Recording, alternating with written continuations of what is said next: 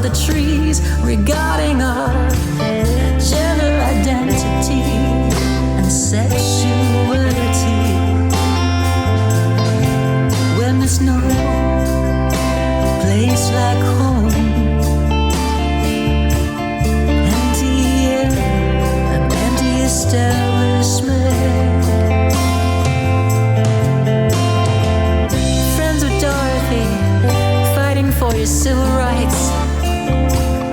Out on the cruel streets tonight.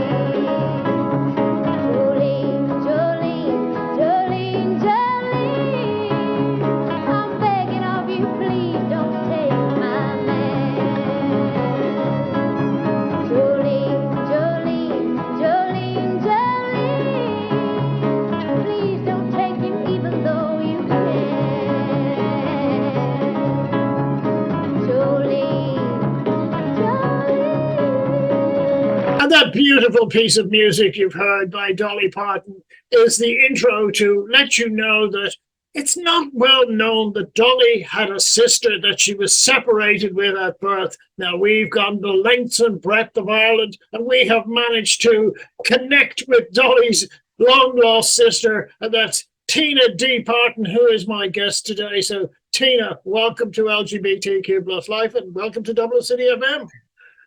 Well, thank you so much for having me. It's an absolute pleasure to be joining you. And yeah, definitely we're long lost. Yeah. Tina, you're anybody who will see the video, they'll see straight away you are a stunningly beautiful artist. Tell me, when did you get into the world of, I don't know, what would we call it? Would we call it drag? Would we call it female impersonation? Or would we just call it showbiz? We just call it showbiz. Well, showbiz always was present growing up. Before becoming the artist I am now, I've always been on stage doing dramas and different things. And then coming on 4 years actually this April, I decided that my life needed to change. At that point I was still in the closet, so in April of, it would have been 4 years ago, so 2019, I came out of the closet, came out as a drag queen, and just haven't turned back since, and going on 4 years this April. Yeah. How did I have to ask you this, and I'm not being Oh, look prurient or away. prying. How did family and friends respond when they saw, hold on, this is somebody we knew as one character last week, and look at them now. You can't take your eyes off them.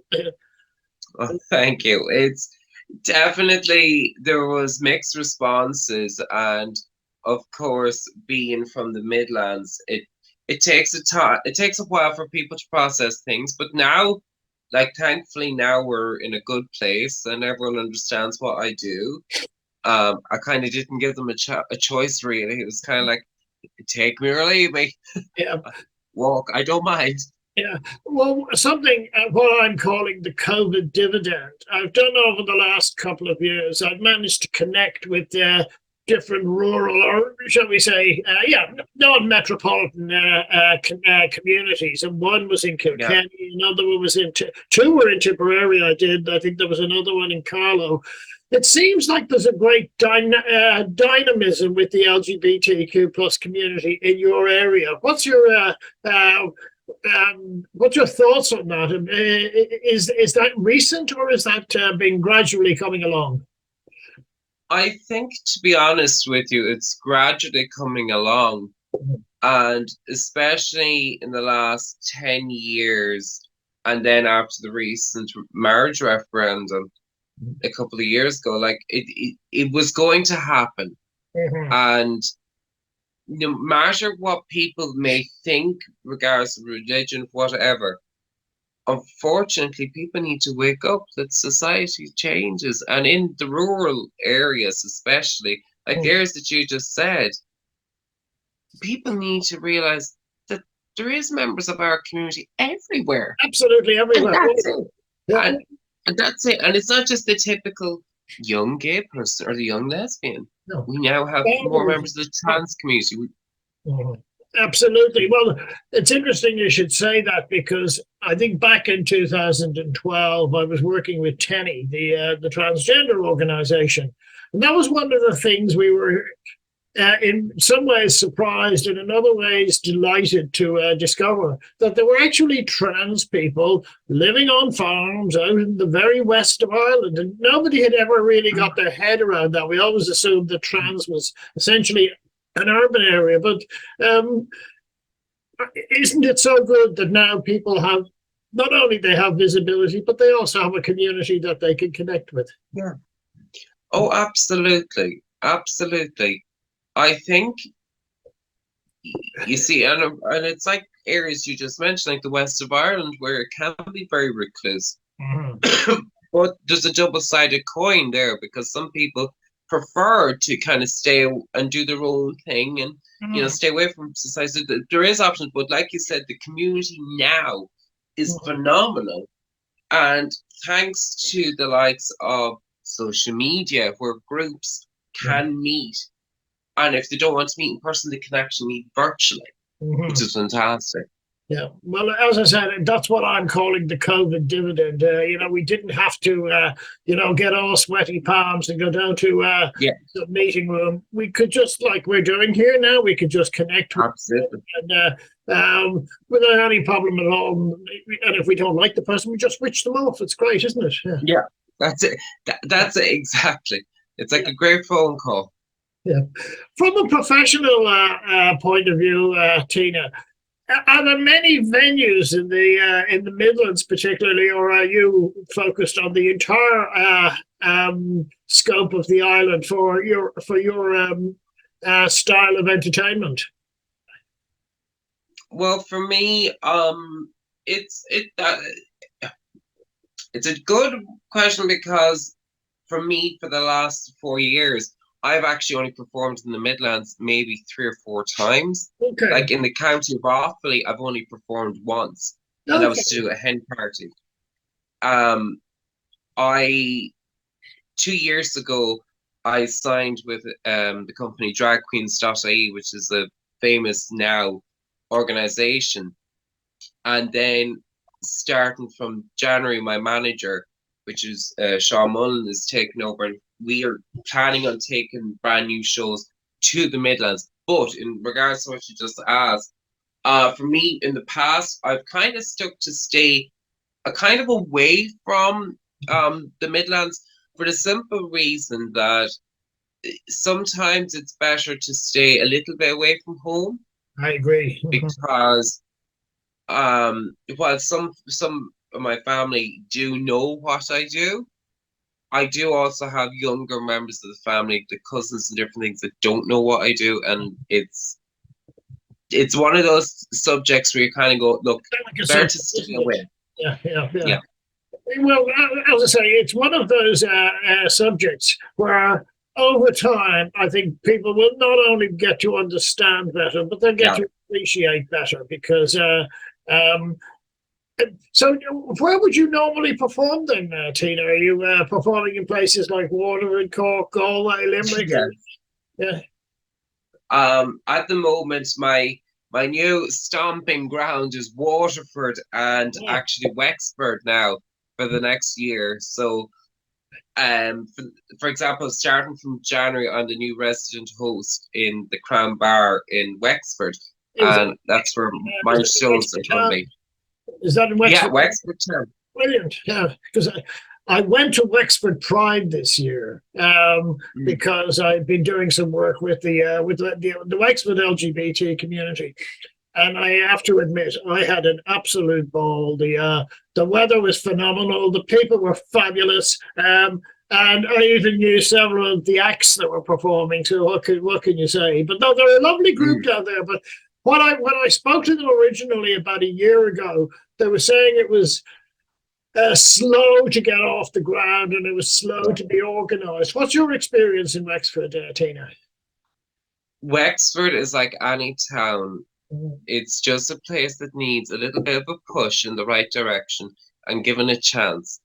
And unfortunately, Wexford doesn't have a particular spot where the community can gather because in Wexford it has so many variations of the community there, and which surprised the hell out of me because when I went down to do our first drag bingo back in November, it was a packed house. Okay. But most of the people there were from every and any members of the community. And so the hotel were like, okay, well, starting from January, let's keep this going to build up a spot. Now, I think Wexford, if it can work hard, and I mean work hard, and put politics and all that crap aside and just work hard, I think they can get off the ground. And the same goes for a lot of other little places. Because Wexford is a big city, and it's a city. Yeah. Well, it's one of the insights, if you like, that I got. I did a piece with Sligo Pride about 6-9 months ago. They had a great relationship with the local council, and they've been giving they've been giving some premises where it was just essentially a drop-in centre where people could sit around, chew the fat, have a cup of coffee. And when I spoke to Wexford about that, they hadn't got anything on those lines, but Kilkenny did, I think, and I think even Carlow and maybe Cashel did as well. So I think you're absolutely right that they need to start engaging with the powers that be, for want of a better term. That's a lesson I've learned time and time again. And for example, one of the best examples that I can give is Clonmel in Tipperary. That little town I have called my second home. And ever since the first live Pride, it shocked me to the core with how much support was there. And then when we came back then this year for the next Pride, it was just phenomenal. But we had the council involved, we had the guards involved, we had, as you said, the powers that be. And they had their first they had their first parade. And in that parade, was that in Clonmel? Yes. Yeah. Because I was asking them about this. I said, you've got a Pride in Clonmel and you've got a Pride in Cashel. I said, is it that dynamic in Tipperary that you have to have two? And good luck to them if they do. Yeah. Do you know what? And that's a conversation I've heard time and time again, because there's a Tipperary Pride, which is based in Thurles. And do you know what? At the end of the day, doesn't every town have a GA club? Absolutely. Yeah. Doesn't every town? Well, this is what we're learning now, is that not only does every town have a GAA club and a bar and a church, it should also have a venue. And I'm only going to put it that way. One for entertainment and one for socializing. Absolutely. At the end of the day, everyone just wants to get out and hang out and chill with people of a like-mindedness. Yeah. Because at the end of the day, that's all we want. That's all we just want to be ourselves, don't we? Yeah.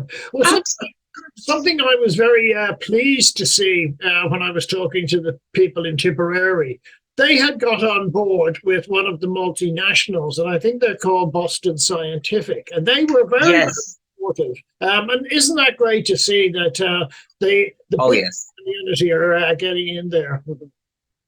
Oh, absolutely. It's funny you should mention Boston Scientific. So they're back in October 21st. I did my first major one-woman show in Clonmel, and it was produced by Boston Scientific. And the response on the night was phenomenal. And it's exactly like you said, a big multinational community that it was just phenomenal to see someone like that get involved. And you know what? Since they did, I've seen other businesses waking up to go, well, we don't want to miss out. You just have to see Dublin Pride, how the multinationals have all jumped on the bandwagon in many respects. And I know that's controversial, but so Tina, looking at you there now, you're fabulously done up. Do you do your own hair and makeup, as we say?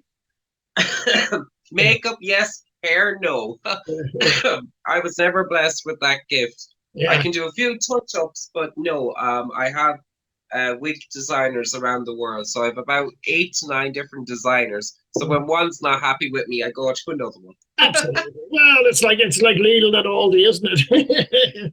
Oh, absolutely. Yeah. I mean, I know Dolly used to say it costs a fortune to look this cheap, but you don't look cheap. You look very expensively done up. Is it expensive to look that fabulous? Oh, it is. There is cost within costs. Look, to be honest with you, it's like any job. If you're willing to put the time and effort in, you'll get the results. Now, it does have its upsides, like, looking glamorous, but when you see the bank account after one day shopping for makeup, it can shock you. But look, it's like any job, time and effort and money, and that is it. And unfortunately, one thing, as we all know with every industry, the more money you can pump into it, just a little bit more, you'll get the better results. Yeah. It's I'm interested to view your thoughts on this one, because I did an interview, I think about 3 or 4 years ago, with Alan Amsby, who's Mr. Pussy, of course. Yes. And I was talking, Alan was, he's getting on a bit, but still terrific. And it was only when I mentioned a certain pub that I used to go to in London. There was a pub in Camden Town. There was that was for, it was the drag pub, and I was able to mention certain acts. And then he woke up, livened up completely. But what the point I was making then is that Alan was a stylish person. You're a very stylish person. But back in those days, and I'm talking 40, 50 years ago, it was almost pantomime dame that people were, except for Danny LaRue, people were afraid to look sexy. You're not. Thank you. Yeah. It's, what you just touched on there, it's actually a subject that Mr. Pussy and I just spoke about only a few weeks ago, because I've worked with Alan a few times since, and actually one time I was there at Waterford Pride a few months just gone by. And we talked about that people have always seen drag, but like you said, they have been in dame roles. Exactly. And dame roles are always over-exaggerated, overdone. And it's so over the top that people don't see it as anything else. Mhm.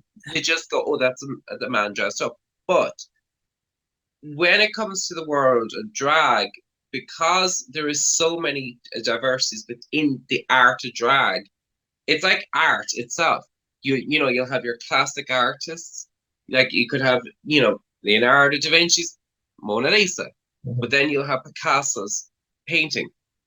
They're two very different arts, Mhm. but definitely what you said is correct. There is some drag artists who still to this day still go back to the old style pantomime drag, and then you'll have some that will go are more female impersonators. And that's what first thing I learned from Mr. Pussy.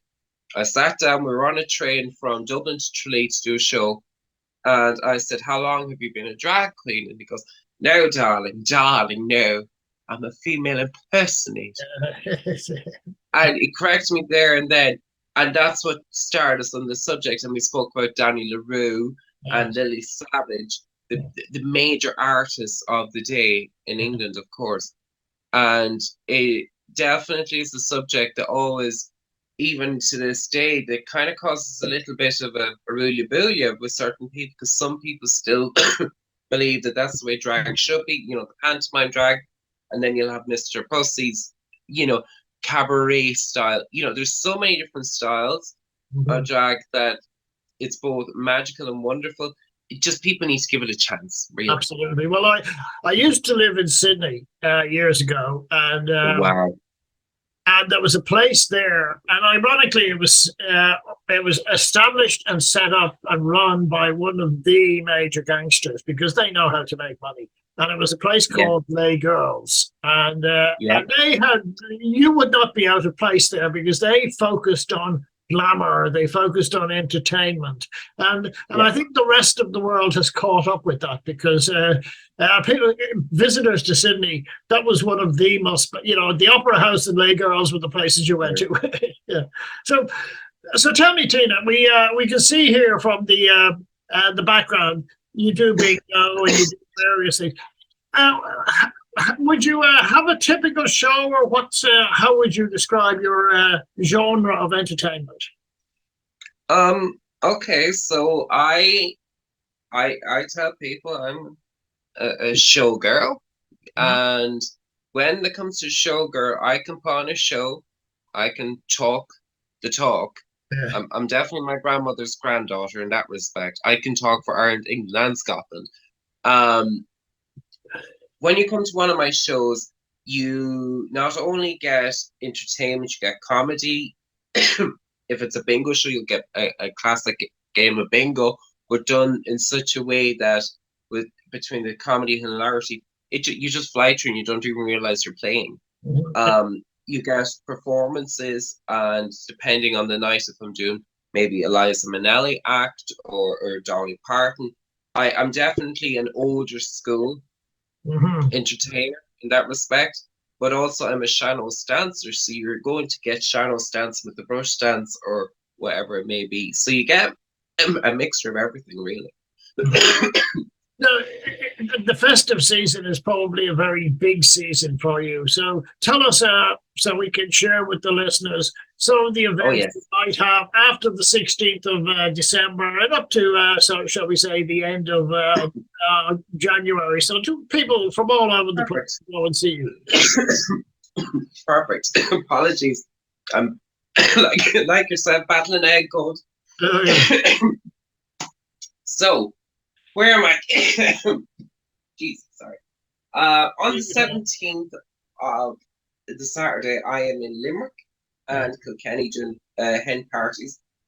Then on the 23rd, I'm in the Royal Theatre in Waterford with Mr. Pussy and dragqueens.ie. So that's the 23rd. Then we're moving into January.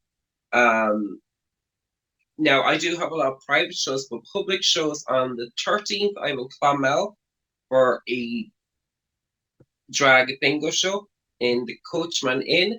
And then on the 26th, I am in Kilkenny doing a drag bingo. Well, look, and you've got a very busy schedule coming up, but whenever you If you, in the near future, you appear in Dublin, please let us know because I'd love to I come. will indeed. I will indeed. Tina D Parton, it has been absolutely fabulous talking to you. We could continue for most of the afternoon, but sadly we've run out of time today. So look, as we say in showbiz, break a leg and have a fabulous festive season. Well, thank you so much, and happy holidays to you and all your listeners. You too. Take care, Pedal. Couldn't see the haunted forest for the trees regarding us.